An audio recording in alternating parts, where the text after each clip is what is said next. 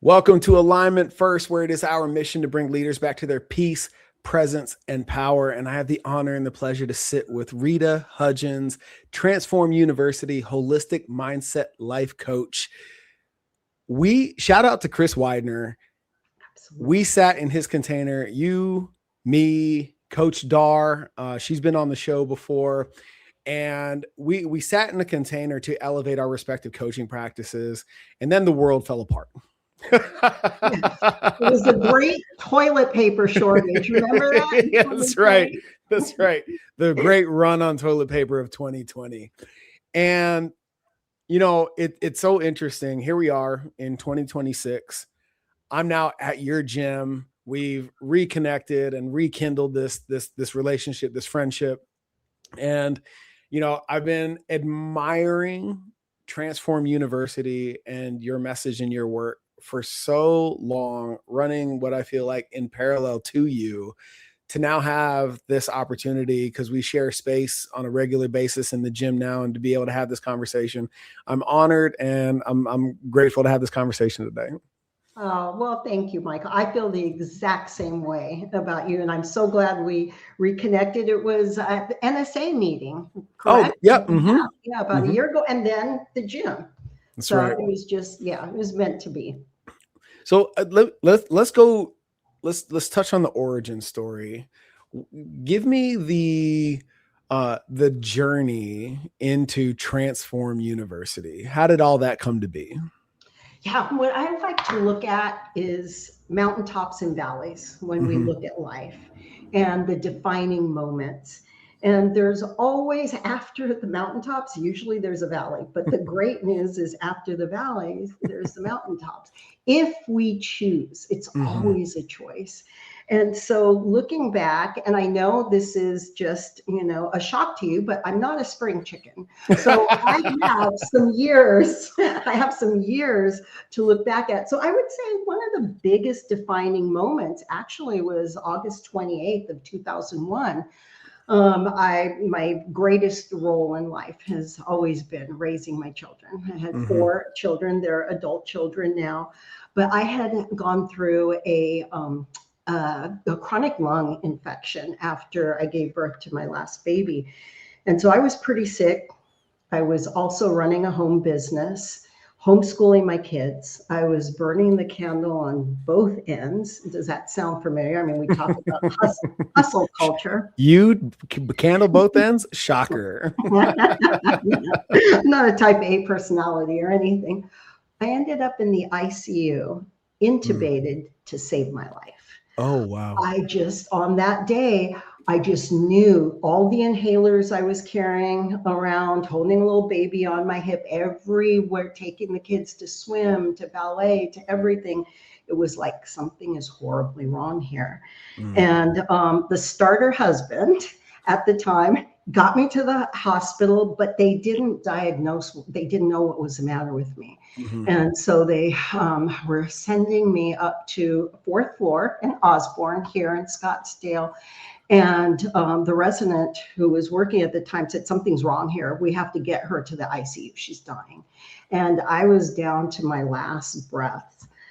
And thank God, spoiler alert, here I am. But it was a very, very scary moment. And, I'm a slow learner. When I woke up a couple of days later, my first question to the doctor is, when can I start running again? And I just thought I could hit the pavement. I could do everything I was doing. And so I'd like to take, just for your listeners, just a tiny, I like that, let's call it an alignment first moment. How many of those listening are also in that arena where we wear our busyness as a badge of honor? Looking back now, especially as a life coach, I didn't know what my identity was. It was like I was a mom and I could do all these things, and that impressed people. Oh, you're only getting 2 hours sleep and you have a newborn, and just go. That was lack of confidence in who I was. And also looking at strengths, because our strengths, we all have strengths, but our strengths can be overused and they can be underused. I was overusing my strength of, a hard work ethic, of trying to make a difference, of service. And also we look at unmet needs. So looking at those things, the unmet needs of just not feeling like I had to earn. Yeah. It's I'm What gonna about you? I'm gonna interrupt you Yes, because please do. in a lot of the work that I do now, I think it piggybacks on identity, and specifically with a lot of the women that we work with, Joanna and I. Beyond identity, there's a need to reframe what contribution looks like, because in today's society, what I'm noticing is this trend, this theme, this pattern that contribution is exclusively tied to financial contribution. And Absolutely. and why I'm ever so subtly pigeonholing women in this category is because the women are waiting till later in life to start families, find their lobster, get married, start that phase of their lives. And in doing so, they're already established financially. And when you have to take a break, whether it's maternity leave or beyond or longer, there's a shift in identity that comes with motherhood that also exists in fatherhood, but not to the same extreme. In that, I always joke with my wife, for the first, 18 months, 2 years, I'm irrelevant. Like from a pure evolutionary perspective, those kids don't need dad. You know what I mean? The way that they need mom, and reframing what contribution is and the value of it is a large portion of the conversation that we have with women who are transitioning in and out or adjusting the ratio of their work-life balance. And it's at least in our work at Next Level, that's a more common conversation with women than it is for men. Yeah, absolutely. And, a lot of times people also only identify success with finances. So, looking at that from both of those perspectives, it's the lens of what is success. And, looking at identity, especially you, how did you do this with your military background? That's what I was going to ask you, your military background, looking at alignment first, progress always. Yeah. How did you make the shift from mind over matter to mind with matter? Are you familiar with Gene Keys? I am not. Okay. Educate me. So this is going to be a very elementary education, but it's a personality profile that taps into the stars and how your chakras align and all kinds. I'm butchering this because it's not my expertise, but when I had my gene keys assessed for me, what showed up that wasn't explicit in even the personality, the assessment that we leverage at Next Level, the Berkman, is this pattern for Michael that is heretic in nature, in that for so long in my life, that the whole break it till it's fixed, 70% solution, build the airplane on the way down, on the way off the cliff, behavior, I started to experience a lot of diminishing returns with it. Like I couldn't figure things out as fast or as efficient. I've chosen a career path that solves much more complex problems that are far more esoteric in nature than they are systematic. And in doing so, those patterns and behaviors that I had that got me to this point were no longer serving me. Mm-hmm. And then I went through a period of unlearning in my post-military life, where knife hands and motherfucks just don't get it done out here. Mm-hmm. You know, for my team when I had the gym, and you know, for my clients as the practice evolved. Mm-hmm. You know, and there's something to be said for just doing it, making the decision and go. And there's a lot more to be said with the exploration of alignment. Mm-hmm. And I'll never forget, I had a moment during the monsoon as I was transitioning away from the gym where it's like Tuesday afternoon, pouring down rain. The kids are going nuts in the street. And I'm on the front porch with my wife, and I have this out of body experience where I'm watching me watch my family. Mm-hmm. And I realize, and this is where this is the embodiment of the concept of alignment for me, because we are the creators of our own reality. I truly believe that. And in that observation, I realized that if I was doing things the way that I used to, I'm not here for this moment. Mm-hmm. You know, and everything that I'm building moving forward is with the intention of insulating these moments. Mm-hmm. Mm-hmm. Not to create an unrealistic expectation that I'm gonna be there for everything all the time. Right. Okay. But most importantly, the making sure that I can be there for as many of them as humanly possible within my control. Mm-hmm. Right. And the model, the level of coaching, and the level of client I need to serve to create that insulation forced me to evolve. Mm-hmm. Because the way that I was doing it before I wouldn't come close. I'd go right back to missing all of that shit. So that was my inciting incident in this season of my life. Mm-hmm. Mm-hmm.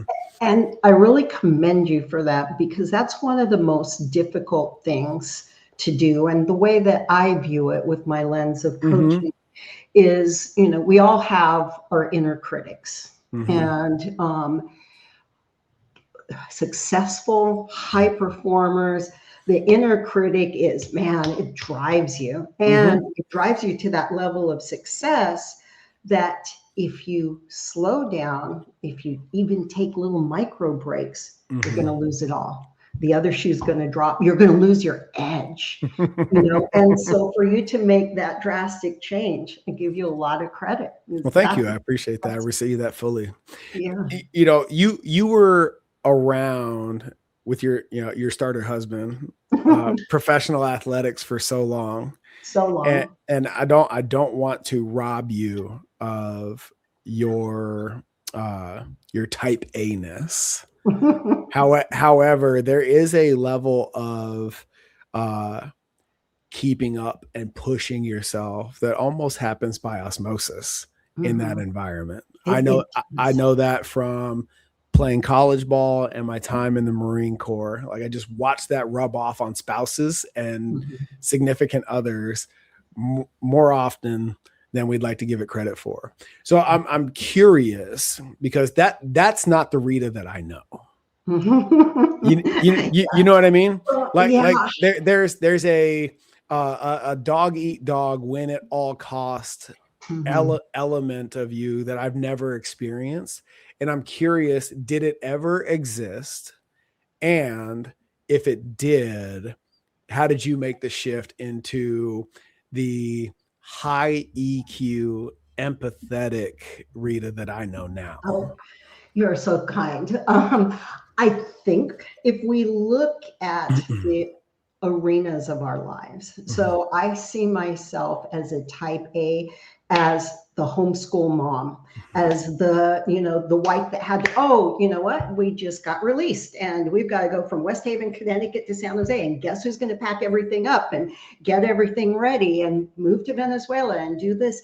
That's where I feel my type A was, just get it done, just get it done. And I like to think that I was really kind to my kids along the way, but my kids will tell some stories. Hey, remember when mom threw the Spanish cassette tapes? We were in Venezuela. She threw it across the wall because we weren't being obedient. So, there are times, hey, I lost it. And so I think when I see my type A, it's not like I guess I blend it when I'm dealing with people to be kind and because I just look at people as so valuable and I never want to, run anyone over. Although I have, been accused of that goes back to my kids, let's get it done. Let's get it done. Kind of like a girl, pastor said, oh, there's Rita the General. Anytime you get done, give it to her. So I think it's basically in that arena, but I always tried to be mindful of people and respect. And, just I'm a nurturer just by nature. I don't even want to disappoint my dog. I don't open up the closet door unless we're going on a walk because she knows that's where the leash is. And so I'm a nurturer by nature, and that can be overused as well. I don't know if that answered your question about this. No, it totally does. It sounds like, well, let me ask you this then. Where does your high level of self-awareness come from? Good question. It's one of the mountaintops and valleys. In 2010, I got a divorce after being married for 31 years. And I was lost. I was lost as far as who I was, having to start over again. And it's like, I got to put my big girl pants on. What am I going to do? And the first thing that I did was I got certified as a Pilates instructor.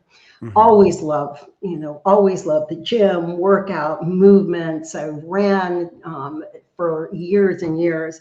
And I got certified. I had 2 certifications as a Pilates instructor. And I just thought, there just is more. And actually, a baseball wife had mentioned to me, she goes, Rita, have you ever thought about being a life coach? You listen very deeply to people and you just have this way of saying things that land. And I thought, I had never thought about that. And so I started looking into life coaching, and this was 2012 now. And I go, that's what I feel I was made to do. That's me.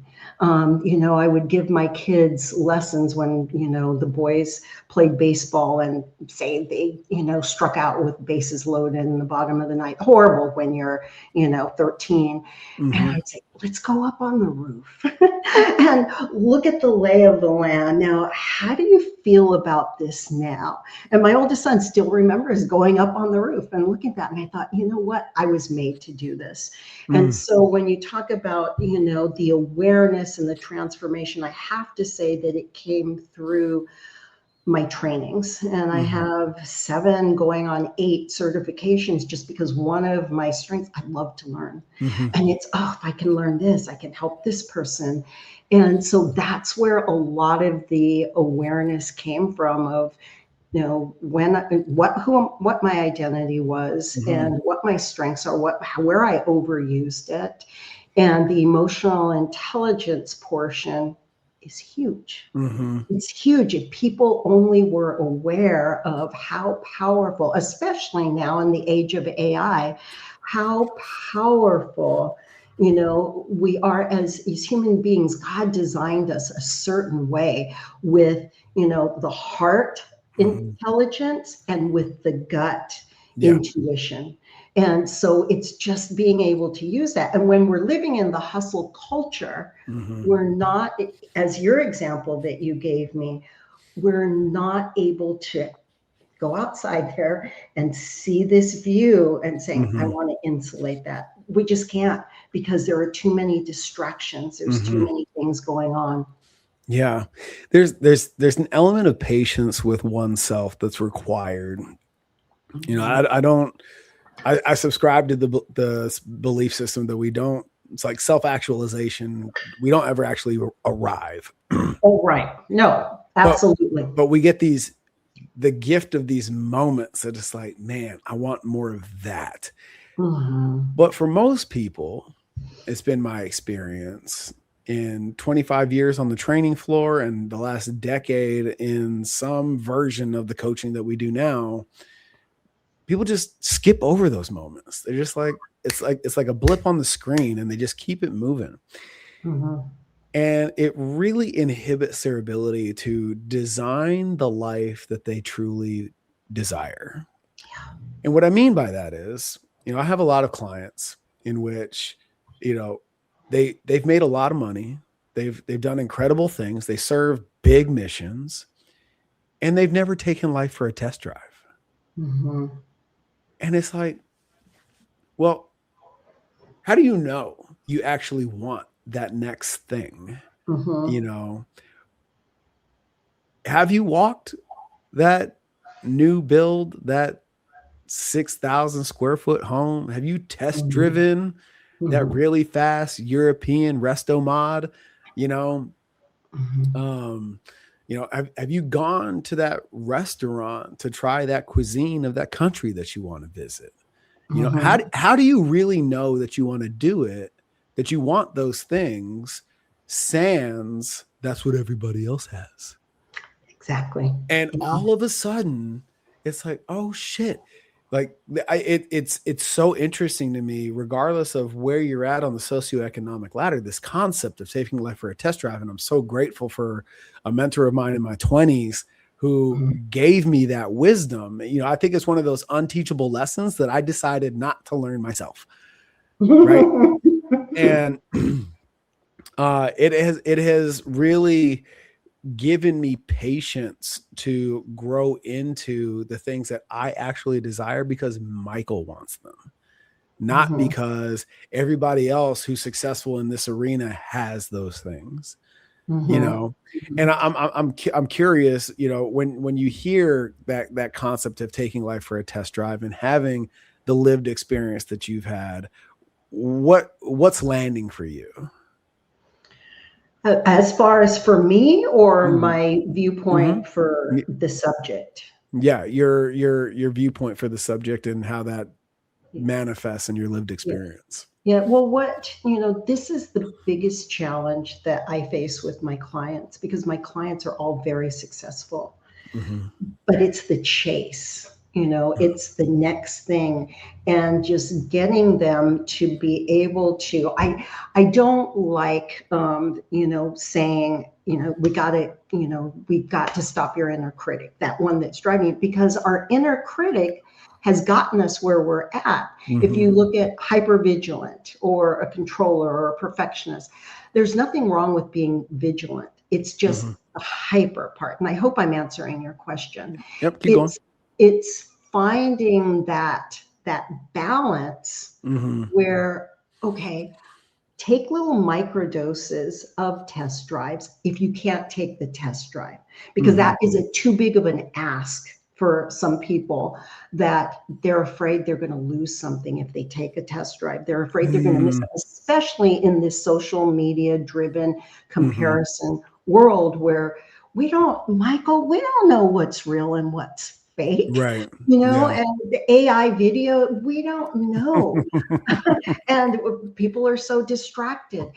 But what I try to get my clients to do is take those little micro doses of that drive, even if it's a couple of times a day, 2 minutes a day, twice a day, because that will help rewire the brain to, oh, you know what? This feels good. Yeah. And getting in touch with, I want to take another little drive here and one here, and then maybe realize, what the chase is all about. What's showing up for me there is, would you agree that time is our most valuable asset, cliche as that sounds? Absolutely, because Okay. we never get it back. Right. So here's my pushback to it being a leap too far or losing your edge, Mhm. and to reframe the test drive. Mhm. If you got to a place where you had achieved a material existence that met all of your needs, the only thing left, and it was all the stuff that you wanted, that Rita desires, Mhm. right? The only thing left to invest in is getting your time back, Mhm. so that you can experience life more fully, Mhm. Mhm. right? And Right. that's a totally different kind of investment, right? Mhm. that's building a more robust uh, business system. That's that's creating efficiency in your life so that you can go do things now that are less required and more desired. Mhm. You know what I mean? Absolutely. So your decision matrix becomes different when you're not chasing the Joneses. Absolutely. And one of the, I mean, things that warms my heart the most when I hear a client say, I want to talk about time. And I'm just thinking, oh no, not time management again. And it's like Mm-hmm. moments, Mm-hmm. creating legacy. It's Yeah. like, yes, the work that Mm-hmm. we've been doing, it's work because we can't get the time back. And viewing time Mm-hmm. as memories and legacy and Mm-hmm. purpose makes all the difference. It's Oh just yeah. getting people to be able to shift that lens. I have a friend of mine who gave me wisdom about 2 years ago. He's like, Michael, because he's much further along in parenting than I am. Mhm. He's like, Michael, you got to get to a place where it ain't about the presents, it's about the experiences. And he got himself to a place when his kids, his boys are 2 years apart, when they were 13 and 11. Mhm. He's like, that was the last Christmas we had at home. Mhm. Now their family tradition is they celebrate Christmas on some kind of inside of some kind of experience. So there's no Mhm. exchange of gifts. What they're Mhm. doing is they're creating a collection of memories as a family. And I'm like, dude, and Yeah. as that rings so true for me as a military child, Mhm. because I don't remember any of the gifts that I got as a kid, but I know exactly where I was, in Mhm. some foreign country, doing something really cool that you could never do stateside. Like Mhm. those are the things that I've taken with me into adulthood. I'm like, Mhm. yes, that's the game, Yeah. right? Mm-hmm. What a wise friend. And Mm-hmm. it's true. And that's what I try to do with my kids is Mm-hmm. just know we're creating memories. Yeah. Even if it's, didn't have a lot of money, but, went to this Mm-hmm. Yosemite and, one of the kids locked the minivan and we're stuck outside and I'm, 7 months pregnant. And it's, the little girl who did that at the time, I think she was 7, my daughter, and she goes, one day we're going to say, oh, that's a great memory.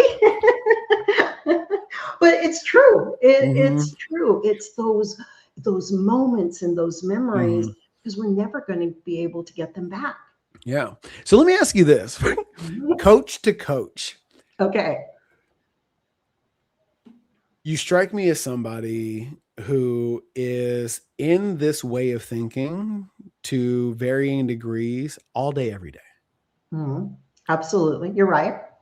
And how do who do you surround yourself with? Because that way of thinking is not normal. You spend 5 minutes in that gym and you're just like, geez, no, that's why I wear headphones. Like there's there's so much glass half empty pessimism. Mhm. Did you see what they're doing over there in some place Mhm. that doesn't, like, Mhm. how do you curate your circle of influence so that you're able to stay in this beautiful place as consistently as possible? Yeah. Well, things are always going to come up. Mm-hmm. But let's talk specifically at the gym. And you're absolutely right. Is like either complaining about this or this drama is going on over here. And it's like I try to look at opportunity. I try not to get into conversations with people, Mm-hmm. although my husband, the keeper husband, would disagree. And said, are you done talking yet? Really, I try not to because I want to just be very intentional. He's very intentional with his workouts, and I want Mm-hmm. to honor that. But like if someone is struggling, Mm-hmm. I just had to have this surgery or this, I'll just try to drop little seeds of, Mm-hmm. not like, well, at least you don't have this, but but something like, well, what do you see that may be a little bit better than it was yesterday? So I Mm-hmm. just try to leave people with something that's Mm-hmm. going to make them feel better. Mm-hmm. And And, that's what I try to do. yeah, and when you're not with your keeper husband, Mhm. love him to death, and you guys are uh, what Nicole and I would describe as couple mentors. Oh, that's Like sweet. you guys are living life together. You know what I Mhm. mean? Like it's cool to work out with your significant other, but you can tell that you legitimately enjoy each other's company, which is super dope. Thank you. Uh, so if not him Mhm. and not the fulfillment that comes with working with your clients, Mhm. who else is in your circle of influence that keeps you up here, that keeps you vibrating at a high frequency? Yeah. God, number one, another moment that I didn't share, and we won't have time, we could do this another time, is 2021.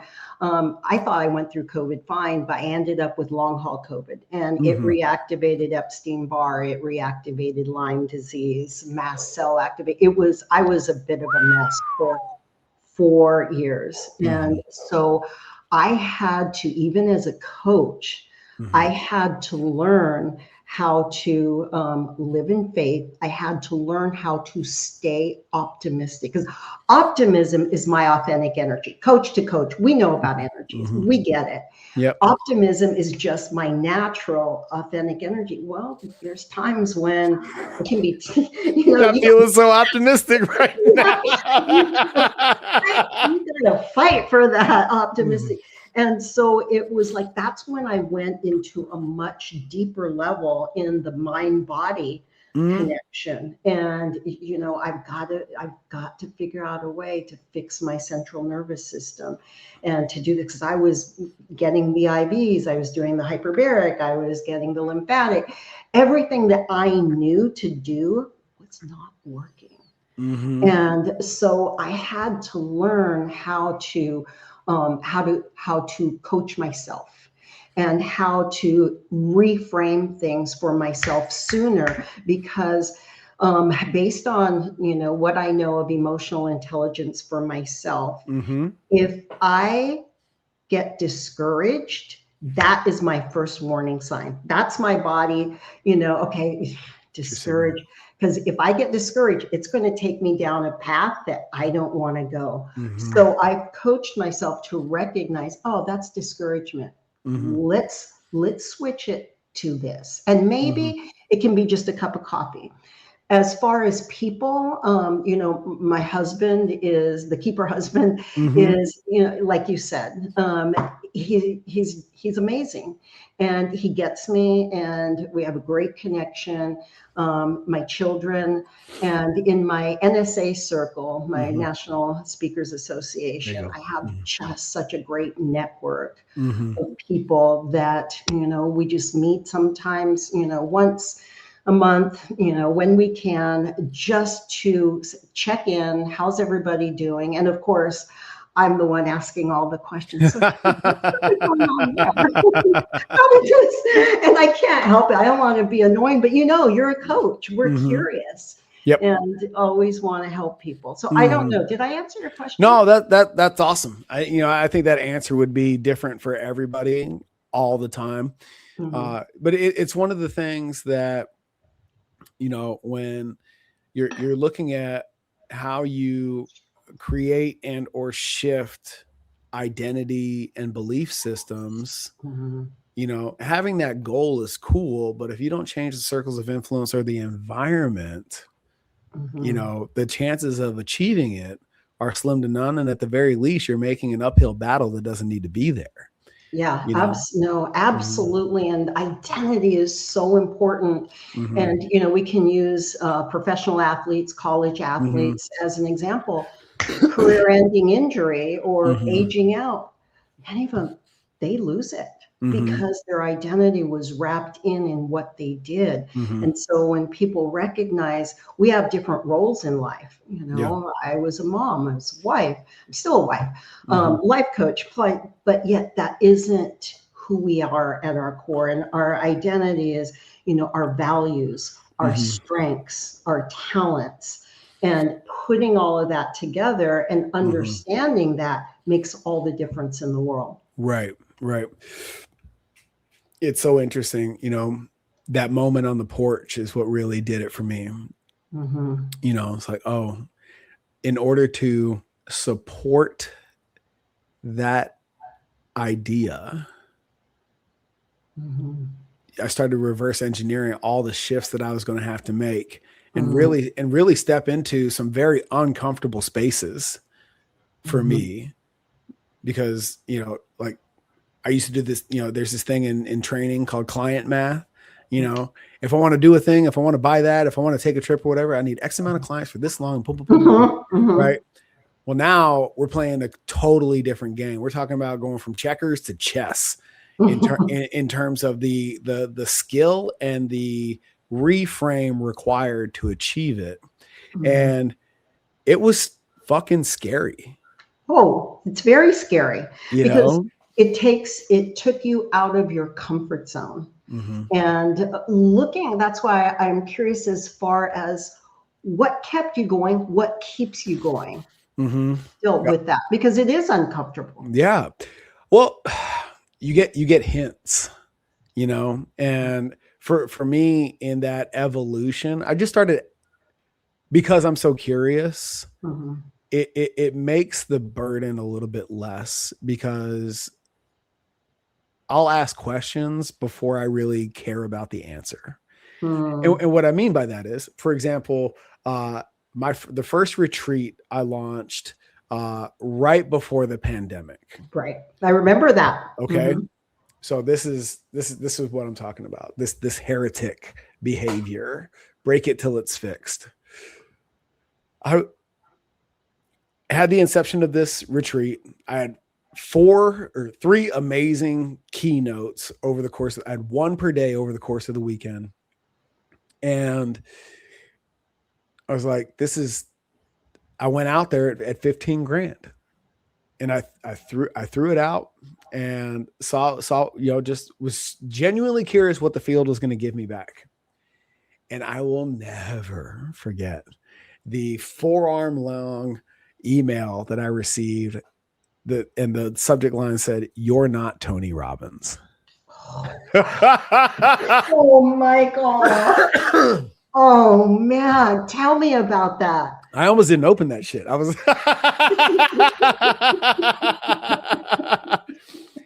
but he was an old client of mine, and was very much on the path of personal growth and development, and had been to a lot of Tony's programs, VIP and da. And at the time, I just wasn't one for market research. I just knew the value that I had brought to my clients. And I was like, you know what? This is what I would do it for. Okay. Not knowing what I didn't know. And in that email, like line by line, he was like, this is not to dampen your sail, take the wind out of your sails, but here's all the things reputation, experience, education, blah, blah, body of work, and also what you're offering that don't add up to $15,000. And this is what a $15,000 experience looks like. Oh, wow. It's a destination. It's, are you willing to do this? Are you willing to do that? Who's speaking? Boom, boom, boom, boom, boom, boom, boom. And I was like, oh, so what in, he didn't take the wind out of my sails, and he didn't hit me with the reality stick per se, but he showed me the bridge from where I was to where I wanted to go. Yeah. He gave you a path. And I was like, okay, so then if I just took it line by line and looked at it like a recipe, like, who do I need to become to check that box? Who do I need to coach to check that box? What rooms do I need to be in to check that box? And, all of a sudden, through the exploration of that curiosity, I was able to evolve myself and my practice, that when the universe and I created a set of circumstances where the gym was no longer viable, and it was actually the anchor holding back everything that I'm doing now, I was then prepared, at least in experience, acumen, and interest, to move the needle in this regard. Wow. Wow. Yeah. That says a lot about you. I mean, initially just seeing that, my heart would have just. Oh, my ego was dancing a jig on my heart. Okay. It was just like, screw that guy. I did the whole thing. But what a great friend. Oh, 100%. And you know what? It was years later. I bumped into him at a dinner, and this is the thing. He doesn't even remember writing it. Wow. Okay. So, and that really goes to show the character of a person when they do something out of the goodness of their heart and good faith that is so innocuous to them, and it had such a profound impact on me. It's really interesting, and I'm curious for you. It's for sure what's kept me in this game for 25 plus years now is every once in a while you bump into that person forever later, and they're like, hey, that thing that you did way back when, that's the reason I'm where I am now. And like, it's like my guilty desire. Like, man, if I could just get more of that more frequently, but if you did, you'd probably take it for granted, so the fact that it comes so intermittently makes that so valuable. And for me, I'm curious where this lands for you. It always shows up when I need it the most, when I'm like questioning my practice. Am I having the impact? Is it ever going to manifest? And it's like, hey, dude, just so you know, I'm doing the thing that you coached me to do forever ago. And I thank you for it. It's like, oh, okay, well, I guess we'll keep going. What does that look like for you? I think for me, I'm as my mind is thinking, I take it to a spiritual level of holding on to promises. I have this promise, and I can find exactly in the Bible where it is, and I got to circle that. And that's what I hold on to when the doubts, when the unbelief, when those things come up, because all of a sudden I'll see it somewhere else unrelated to here. And it's like, yeah, that's it. Or, maybe in a dream. Or someone will call me, hey, I had a dream about you, and it was this, and it was exactly what the promise was. And so that's where I would have to say that I see it the most in my life. Interesting. I also have this thing called the rule of three. Oh, yes. I love the rule of three. When something shows up that compels me to evolve or grow, or do the thing that scares the shit out of me, and it shows up 3 different ways, right? Hey, have you looked at going from one-on-one to an organization? Hey, will you do this for my team? Hey, how many people can you facilitate in your call? Like, there's 3. Okay, now I can like legitimately put some energy into entertaining whatever that thing is. Yeah. What does that pattern show up for you as well? Or is there something like that for you? Many times. Mine was actually a number 222. And Oh. so for the past, I don't know, I want to say 30 some years, Mm-hmm. when I'm thinking about something or maybe worried about something, this goes way, way back. Mm-hmm. Whether it was a 222 license plate, whether it was just, looking at my watch, it was 222, or getting a receipt and the receipt number was 222. Mm-hmm. So mine was very much like that. I'm trying to think if there's anything more specific or tangible. Sometimes I just know, Mm-hmm. you just know. I hold on to the promise. Mm-hmm. And sometimes you wait and you wait and you wonder if the promise is ever going to come Mm-hmm. to pass. Can you give me an example? Then there's that example. I mean, then it shows up with my healing. Yeah. I can absolutely say without a doubt, going through long haul COVID, and I had lesions all over my body. I was the president of NSA Arizona at the time, Mm-hmm. and it was a struggle just to be able to continue. And it felt like there was burning acid going through my body, all these neurological problems and pins and needles. And I still have some recall where I'm thinking of a word and I can't get the word. So I still have some of that. But I had to hold on to, I am going to be healed. I believe our bodies were designed to be healed. Yep. And that was, for me, it was holding on to those promises and believing. Didn't matter what I was feeling. I had to make the symptoms smaller in my mind than what I felt, they were. So that's my most recent example. Is there, I don't know if you can put math behind this, but is there a substantial difference if you had to create a ratio around it between the size of the promise and the significance of your circumstance? I don't know that I could put a number to it, but I absolutely believe that. I believe the bigger the promise, the more growth we have to experience. We can't just, and this, we can't just sit back and, this is going to happen. Although a lot of people believe that. And I'm going to manifest this. And then they do absolutely nothing about it. But I believe that the bigger the calling, the bigger the promise, not that it's work, but there's change. You got to evolve to be able to, grow into your promise. And that doesn't sound right, growing into it, but no, I'm picking up what you're laying down. okay, yeah.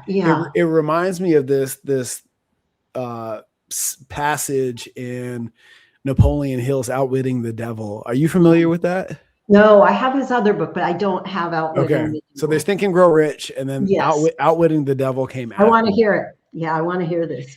And he really calls out the practice of prayer in that the only thing that results from prayer is a plan. What's required for prayer to manifest in physical reality is action on said plan. And where prayer falls short is people fail to take action. Absolutely. And so as you're describing how, evolving into, the inner desire to create the intrinsic motivation to keep that promise that forces your evolution and growth, that it just reminded me of that passage of Outwitting the Devil. It's so true. It's so true. We have to take the action. And yesterday, I think I was reading, I don't know if you're familiar with the Old Testament, I was reading a story of a miracle where this woman said, the creditors, my husband's dead, the creditors are coming after, they want my sons. And it was either Elijah or Elisha said, what do you have? I don't have anything, just a little bit of oil and some flour. Get every single bottle you can from neighbors, get bottle. and fill it up with the oil. And so with all, and don't get too little. And she filled it up until there was no more oil. He said, go sell the oil, pay off your creditors, and live on the rest. And so to me, it's like, yeah, so many times, exactly what you said, people say, oh, I'm praying for this, I'm praying for this. He gave her specific actions to do, and she had to do it. Otherwise, she wouldn't have her miracle. So you don't get the promise unless you're doing what you need to do to be able to get that promise. There's a lot of fruit that are just simply born of activity. Absolutely. Absolutely. We have to do it. That's why. I'm sorry. No, you go ahead. Well, I tell people, the universe operates in reciprocity, and what's required for that reciprocity is you have to take the first step. That's where our methodology, that is the next easiest step, comes from. It really leverages from an esoteric universal perspective, the law of compounding interest. Without a doubt. You're going to take a shit ton of really small, seemingly inconsequential steps that all of a sudden, when you pick your head up one day and realize how far you've actually come, you're like, oh my God, that's it. Yeah. And it starts with habits. You start with your habits that turn into routines, and because our bodies love patterns. And so when we start creating these habits, then our brain starts getting, oh, we do this, and that leads to action. And that's how we face change and make the change that we want.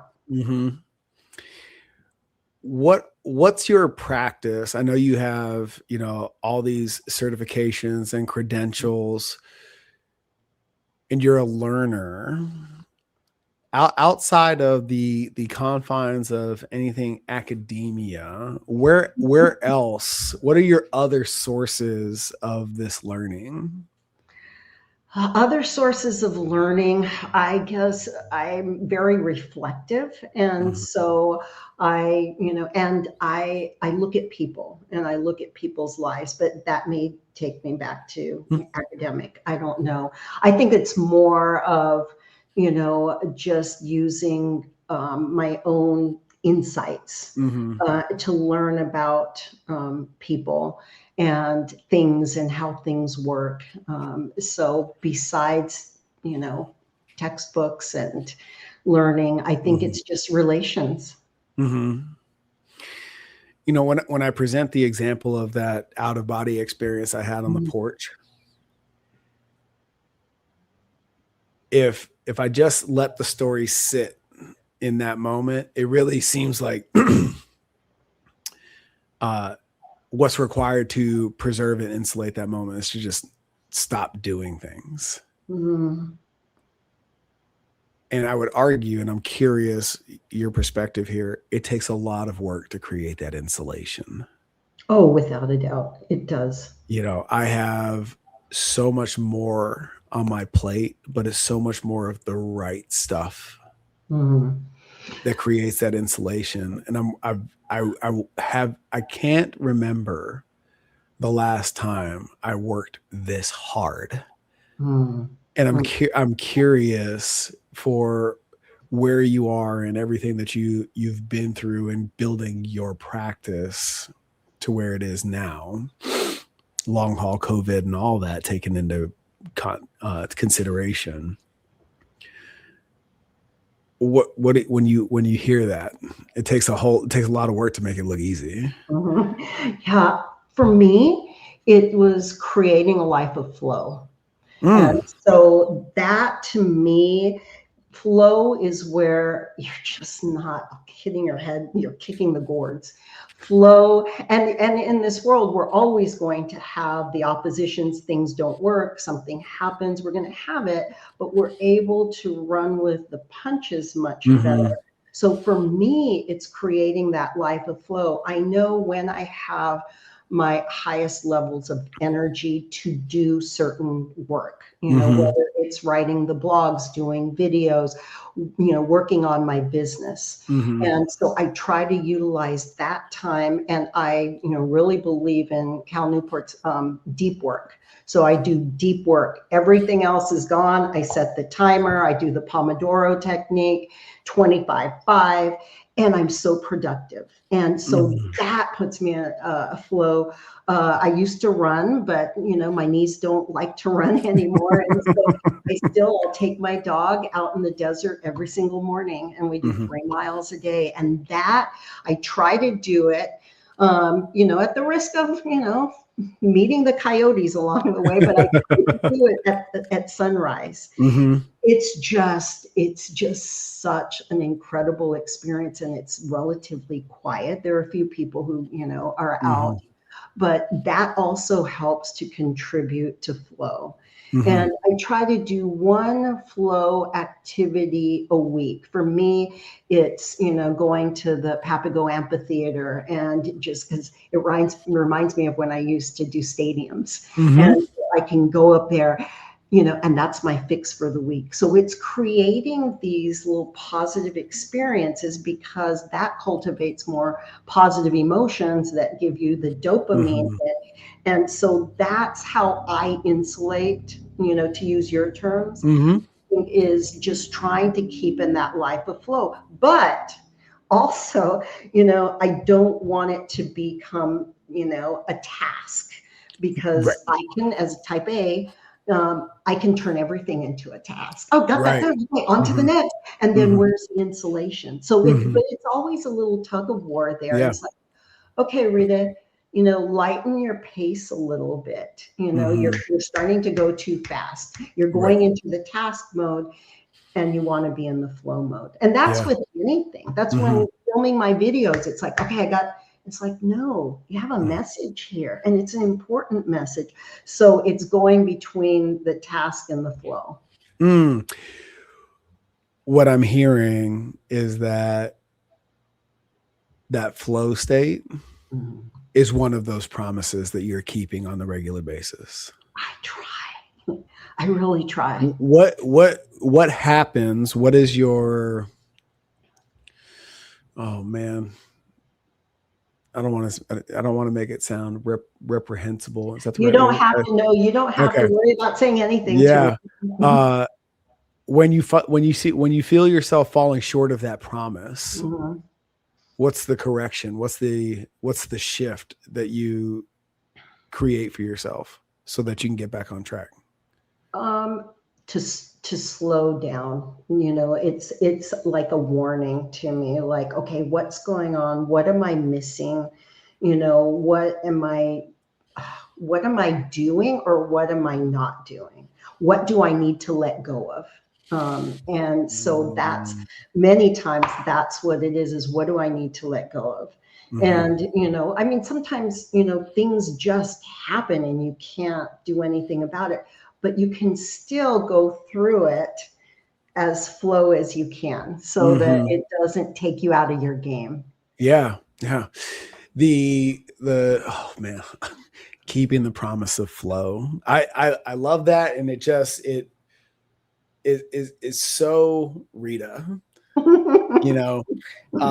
it really speaks to your essence. And, when you're communicating that concept to your clients, is it met with a lot of resistance in the beginning? Does it seem like not feasible for all the shit that they have on their plate and the mandates that they've imposed on themselves? That is probably the biggest challenge with them, is just that they don't feel that they can create the flow without giving something up. And that giving something up is usually monetary or business wise. And so, but, we keep on going, and we keep on going to where, once again, I have a formula where if you can do this and, follow this, not in a task way, in a transcendence way, to where they're using more of like the via character strengths, the 26 strengths that every single human being has, whether it's kindness or resilience, perseverance, using more of those to start recognizing, okay, I can get into this flow. But it's just habits. It's creating these small habits and resisting the inner critic that's, you're going to lose it all. Rita, you're amazing. I really appreciate you making yourself available for this conversation. Where can everybody find you and submit their applications to Transform University? Oh, Michael, this has been so fun. I'm glad that besides at the gym, we don't want to interrupt each other. We just kind of high knuckle. It's just been great to, get to know you and talk to you a little more. My website is transformuniversity.net. And I have one-to-one coaching. I have group coaching, trainings. And I love what I do. And I love being able to help people create what you would say that insulation or the flow to be able to live life with more. I never use the word work-life balance because I don't think that exists. It's all about harmony, man. It is. Yeah. Harmony, flow. That's what it is. Yeah. And, I just love being able to help people to, start quieting the inner critic. I have the inner critic. We have our inner critic. We have our inner warrior. And you want to build the inner warrior. So the inner critic is there, but who's in control? And so I love to be able to help people with that. Oh, your mission is pure and you're good at it. And so thank you so much. Check out everything that Rita has to offer at transformuniversity.net. And remember, if you're on a mission to be the fittest leader possible, it starts with integrity, courage, and ownership, built on the foundation of alignment first. See you next time. Right.